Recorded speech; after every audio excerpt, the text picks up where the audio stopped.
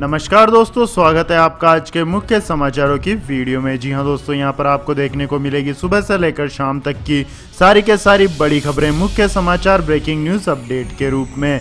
तो दोस्तों, आप लोगों से रिक्वेस्ट है इस वीडियो को ज़्यादा से ज़्यादा लाइक और शेयर करें। तो दोस्तों, सीधे चलते हैं आज की पहली बड़ी खबर की ओर। अनलॉक 3 की गाइडलाइंस जारी, हटेगा रात का कर्फ्यू और खुलेंगे जिम। इसके अलावा दोस्तों, जाने अनलॉक 3 में क्या रहेगा बंद और किस में मिलेगी छूट। जी हां दोस्तों, लंबे समय के लॉकडाउन के बाद देश तेजी से अनलॉक की तरफ बढ़ रहा है। शनिवार से देश में अनलॉक का तीसरा चरण लागू होगा। अनलॉक के इस चरण में बहुत से कामों को ढील दी गई है। गृह मंत्रालय ने अनलॉक 3 की गाइडलाइंस जारी कर दी है। स्कूल, कॉलेज और कोचिंग संस्थाओं के बारे में अभी कोई फैसला नहीं लिया गया है, यानी स्कूल कॉलेज अभी 31 अगस्त तक बंद रहेंगे। वहीं गृह मंत्रालय की गाइडलाइंस के मुताबिक अनलॉक 3 में रात का कर्फ्यू में ढील देने का फैसला किया गया है। इसके अलावा 5 अगस्त से जिम और योग संस्थानों को खोलने की मंजूरी दे दी गई है। जिम और योग संस्थानों में मास्क और सामाजिक दूरी का पालन करते हुए लोग जा सकेंगे। इसके अलावा दोस्तों, इस अनलॉक 3 में क्या रहेंगे बंद और किस में मिलेगी छूट, इसकी जानकारी हमने इस वीडियो के डिस्क्रिप्शन में दे दी है। इसके बाद दोस्तों, जानते हैं अगली बड़ी खबर। कांग्रेस बोली, आर्टिकल 370 को संवैधानिक गारंटी के साथ दोबारा लागू किया जाना चाहिए। जी हां दोस्तों, जम्मू कश्मीर कांग्रेस के अध्यक्ष गुलाम अहमद मीर ने बड़ा बयान दिया है। उन्होंने राज्य से आर्टिकल 370 की समाप्ति को इतिहास का सबसे खराब निर्णय करार दिया है। साथ ही मीर ने कहा है कि संवैधानिक गारंटी के साथ जम्मू कश्मीर का स्टेटहुड फिर से कायम किया जाना चाहिए। द न्यू इंडिया एक्सप्रेस अखबार से बातचीत में उन्होंने कहा है कि कांग्रेस आर्टिकल 370 को दोबारा लागू करने के लिए लड़ाई लड़ेगी। आपकी जानकारी के लिए बता दें दोस्तों, आगामी 5 अगस्त को केंद्र सरकार द्वारा आर्टिकल 370 की समाप्ति किए हुए 1 साल पूरा हो जाएगा। संवैधानिक गारंटी को लेकर सवाल पर उन्होंने कहा है कि जम्मू कश्मीर को विशेष दर्जा मिला था और इसे फिर से लागू किया जाना चाहिए। राज्य की सभी पार्टियों से बातचीत कर यह तय किया जाना चाहिए कि जम्मू कश्मीर को सभी संवैधानिक गारंटी मिले, लेकिन दुर्भाग्य से केंद्र सरकार इस पर कोई ध्यान नहीं दे रही है। इसके बाद दोस्तों, जानते हैं अगली बड़ी खबर। नई शिक्षा नीति को मंजूरी, 34 साल बाद पॉलिसी में बदलाव। सरकार ने कहा 2035 तक हायर एजुकेशन में 50% एनरोलमेंट का लक्ष्य। जी हां दोस्तों, प्रधानमंत्री नरेंद्र मोदी की अध्यक्षता में हुई कैबिनेट की बैठक में नई शिक्षा नीति को मंजूरी दे दी गई है। 34 साल बाद एजुकेशन पॉलिसी में बदलाव हुआ है। सरकार ने कहा है कि 2035 तक हायर एजुकेशन में 50% एनरोलमेंट का लक्ष्य तय किया गया है। नई शिक्षा नीति के तहत दुनिया भर की बड़ी यूनिवर्सिटियां देश में अपना कैंपस बना सकेंगी। कैबिनेट ने एचआरडी मिनिस्ट्री का नाम बदलकर मिनिस्ट्री ऑफ एजुकेशन करने की भी मंजूरी दे दी है। यह फैसला नई शिक्षा नीति के ड्राफ्ट की सिफारिशों के आधार पर किया गया है। इसके बाद दोस्तों, जानते हैं अगली बड़ी खबर। सरकारी कर्मचारियों के लिए बड़ी खबर, दफ्तर नहीं आ पाने वाले कर्मियों को सर्वे बड़ा ऐलान किया है। कार्मिक मंत्रालय के आदेश के अनुसार इस लॉकडाउन के दौरान पब्लिक ट्रांसपोर्ट नहीं होने की वजह से कर्मचारियों को परेशानी हो रही है। इसलिए कर्मचारियों को दफ्तर नहीं आने के नियमों में ढील दी गई है। यह नियम ऐसे लोगों के लिए भी हैं जो या तो छुट्टी पर थे या आधिकारिक दौरे पर। यह कदम सरकार की ओर से तब आया है जब कई कर्मचारियों ने इस संदर्भ में पूछताछ की है, जो आवश्यक अनुमति के साथ छुट्टी पर चले गए लेकिन यात्रा प्रतिबंधों के कारण ड्यूटी ज्वाइन नहीं कर सके। केंद्र सरकार ने उन कर्मचारियों को ढील देने का फैसला किया है जो या तो छुट्टी पर थे या आधिकारिक दौरे पर। इसके बाद दोस्तों, जानते हैं अगली बड़ी खबर। केस दर्ज होने के बाद सुप्रीम कोर्ट पहुंची रिया चक्रवर्ती।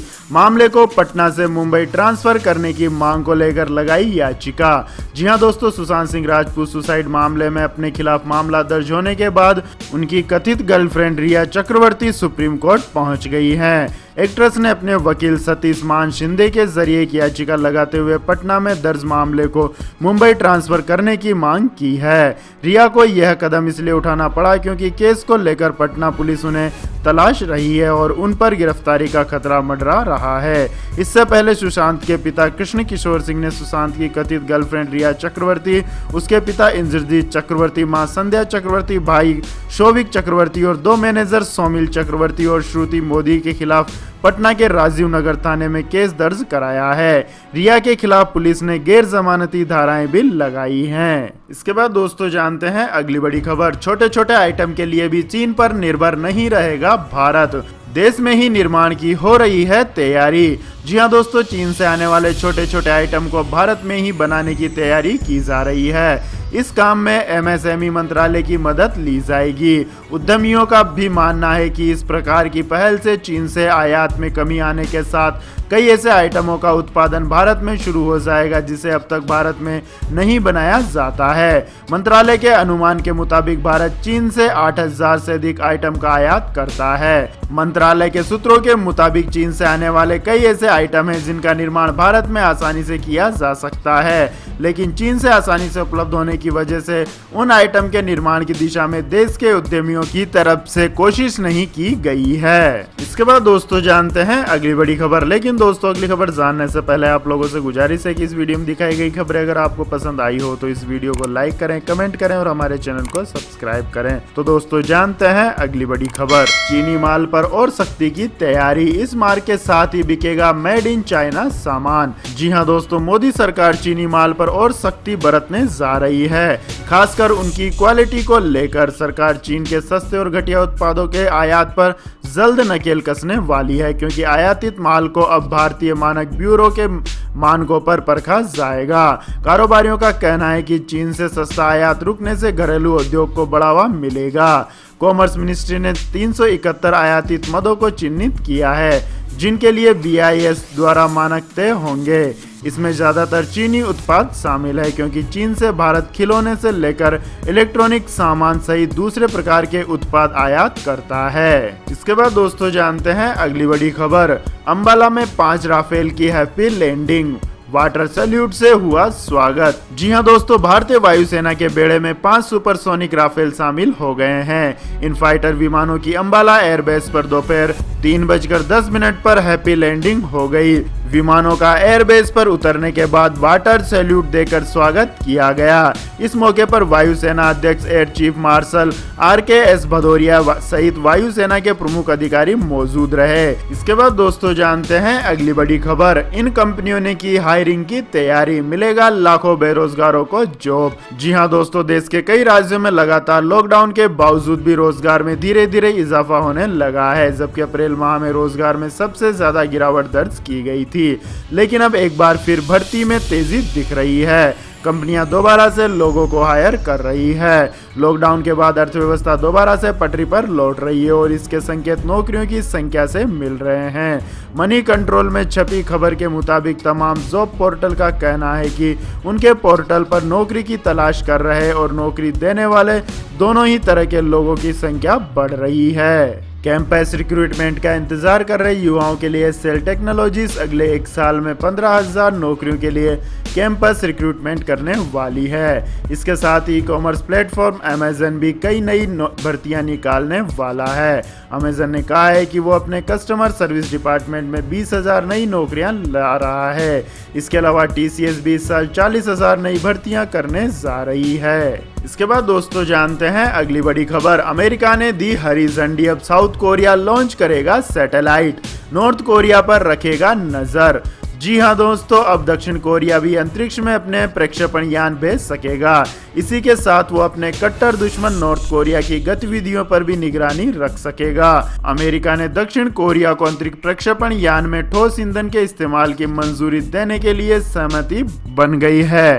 अमेरिका से मंजूरी मिल जाने के बाद अब इससे सियोल के अपने पहले निगरानी उपग्रह को लॉन्च करने और अधिक शक्तिशाली मिसाइल के निर्माण के लिए प्रौद्योगिकी हासिल करने में सक्षम होने की संभावना है।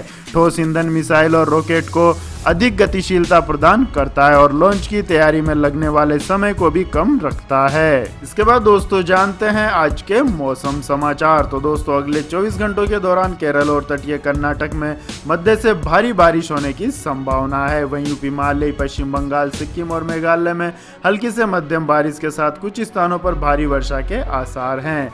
वहीं बिहार, उत्तर प्रदेश, पंजाब, हरियाणा, उत्तराखंड, हिमाचल प्रदेश, जम्मू कश्मीर, छत्तीसगढ़, मध्य प्रदेश के कुछ हिस्सों, विदर्भ, मराठवाड़ा, कोंकण, गोवा और दक्षिण गुजरात में हल्की से मध्यम बारिश के साथ 1-2 स्थानों पर भारी बारिश हो सकती है। तमिलनाडु, अंडमान व निकोबार द्वीप समूह और लक्षद्वीप में भी कहीं कहीं मध्यम से तेज बारिश होने की संभावना है। वहीं दिल्ली, पूर्वी राजस्थान, आंध्र प्रदेश, तेलंगाना, आंतरिक तमिलनाडु और आंतरिक कर्नाटक में हल्की से मध्यम बारिश हो सकती है। इसके बाद दोस्तों जानते हैं अगली बड़ी खबर। सोने की कीमतों में रिकॉर्ड तोड़ तेजी, 54,000 रुपए के करीब पहुंचे दाम। जी हां दोस्तों, मंगलवार की गिरावट के बाद बुधवार को फिर से सोने की कीमतों में रिकॉर्ड तेजी आई है। दिल्ली में 10 ग्राम सोने की कीमतों में 710 रुपए तक की बढ़ोतरी हुई है।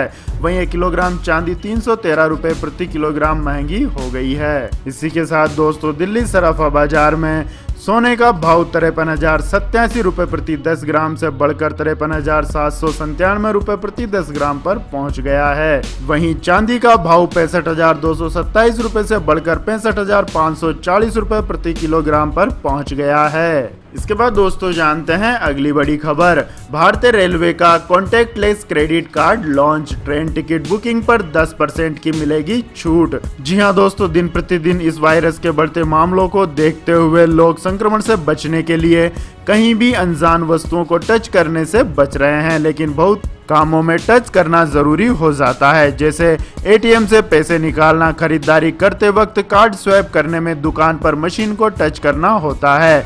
लेकिन अब धीरे धीरे कॉन्टैक्टलेस व्यवस्था की जा रही है। इस दिशा में भारतीय रेलवे ने भी कदम बढ़ाया है। भारतीय रेलवे की IRCTC और SBI कार्ड ने मिलकर रुपे प्लेटफॉर्म पर अपना नया सह ब्रांडेड संपर्क रहित क्रेडिट कार्ड लॉन्च किया है। इस नए क्रेडिट कार्ड को रेल और वाणिज्य उद्योग मंत्री पीयूष गोयल ने मंगलवार को देश को समर्पित किया है। पीयूष गोयल ने कहा है कि हम रेलवे को मेक इन इंडिया पहल के साथ सभी क्षेत्रों में आत्मनिर्भर बनाने के लिए दृढ़ता से प्रतिबद्ध है, जैसा कि प्रधानमंत्री नरेंद्र मोदी का सपना है। उन्होंने कहा है कि रुपे प्लेटफॉर्म पर काम करने वाला IRCTC SBI सह ब्रांडेड कार्ड रेलवे द्वारा दी गई कई मेक इन इंडिया एक्टिविटीज में से एक है। नए सह branded credit card digital India की पहल को बढ़ावा देने के लिए IRCTC SBI कार्ड और रुपए की प्रतिबद्धता की पुष्टि करते हैं और इसका उद्देश्य रेल यात्रियों के लिए एक सुरक्षित, सुविधाजनक और बेहतर यात्रा अनुभव सुनिश्चित करना है। इसके बाद दोस्तों जानते हैं अगली बड़ी खबर। हर महीने मिलेगी पेंशन, LIC की यह स्कीम दूर करेगी बुढ़ापे की टेंशन। जी हां दोस्तों, भारतीय जीवन बीमा निगम यानी LIC ने हाल ही में प्रधानमंत्री वय वंदना योजना का नया वर्जन लॉन्च किया है। केंद्र सरकार ने 60 वर्ष से ज्यादा उम्र के लोगों को सामाजिक व आर्थिक सुरक्षा प्रदान करने वाली केंद्रीय पेंशन योजना प्रधानमंत्री वय वंदना योजना की समय सीमा को बढ़ाकर 2023 तक के लिए कर दिया है। यह एक non linked, non participatory pension scheme है। सरकार के ऐलान के बाद LIC ने इस स्कीम में बदलाव करते हुए इसे फिर से लॉन्च किया है। भारतीय जीवन बीमा निगम इस स्कीम का ऑथराइज्ड ऑपरेटर है। इस योजना में मैक्सिमम 15 साल रुपए निवेश किए जा सकते हैं। इस योजना में निवेश की मिनिमम एज 60 साल है और मैक्सिमम उम्र तय नहीं है। प्रधानमंत्री वय वंदना योजना भारत सरकार की एक गैर लिंक्ड गैर भागीदारी पेंशन योजना है। फिलहाल ये 3 साल के लिए शुरू किया गया है। 31 मार्च 2023 तक इसमें निवेश किया जा सकता है।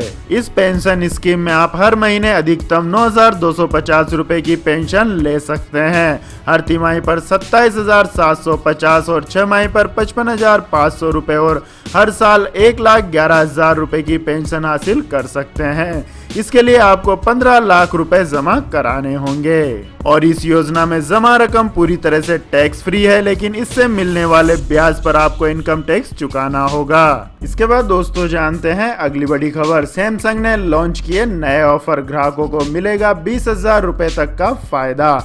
जी हां दोस्तों, सैमसंग ने बुधवार को भारतीय ग्राहकों के लिए 3 नए प्रोग्राम लॉन्च किए हैं। यह 3 programme Samsung referral programme, Samsung student programme और सैमसंग शॉप 20 के एडवांटेज प्रोग्राम है। इन प्रोग्राम के जरिए ग्राहक samsung.com से खरीदारी करके कई तरह के रिवार्ड का लुत्फ उठा सकते हैं और करीब 20,000 रुपए के डिस्काउंट और रिवार्ड का फायदा उठा सकते हैं। सैमसंग कंज्यूमर अगर अपने दोस्तों या फिर फैमिली मेंबर्स को गिफ्ट देने की सोच रहे हैं उनके लिए यह खास रेफरल प्रोग्राम लॉन्च किया गया है। सैमसंग कस्टमर्स, दोस्तों और फैमिली को रिवार्ड दिलाने में मदद कर सकते हैं और इसके तहत प्रीमियम स्मार्टफोन और अन्य इलेक्ट्रॉनिक प्रोडक्ट की खरीद पर कस्टमर 8% की छूट का फायदा उठा सकते हैं। इसके अलावा अगर आपका कोई दोस्त आपके दिए कोड से samsung.com से डिवाइस खरीदता है तो आपको 1500 रुपए का वाउचर मिलेगा, जिससे आप samsung.com से कोई इलेक्ट्रॉनिक प्रोडक्ट खरीद सकेंगे।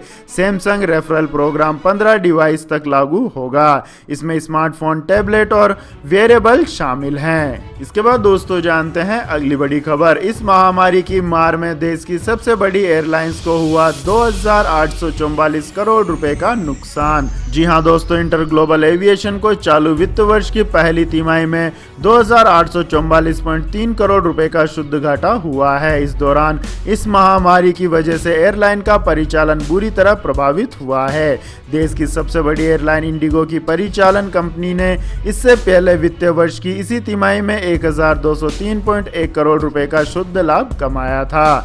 शेयर बाजारों को भेजी सूचना में कंपनी ने कहा है कि तिमाही के दौरान उसकी कुल आय 88% तक घटकर 1143.8 करोड़ रुपए रह गई है, जो इससे पिछले वित्तीय वर्ष की समान तिमाही में 9786.9 करोड़ रुपए रही थी। तिमाही के दौरान एयरलाइन की परिचालन आय 91.9% घटकर 766.7 करोड़ रुपए रह गई है। तो यह थी दोस्तों आज की सभी महत्वपूर्ण बड़ी खबरें। तो दोस्तों आपको हमारा यह वीडियो कैसा लगा कमेंट करके जरूर बताएं और हमारे इस वीडियो को अधिक से अधिक लाइक और शेयर करें। साथ ही हमारे चैनल को सब्सक्राइब करके बेल आइकन का बटन भी दबा लें। धन्यवाद। जय हिंद, जय भारत, वंदे मातरम।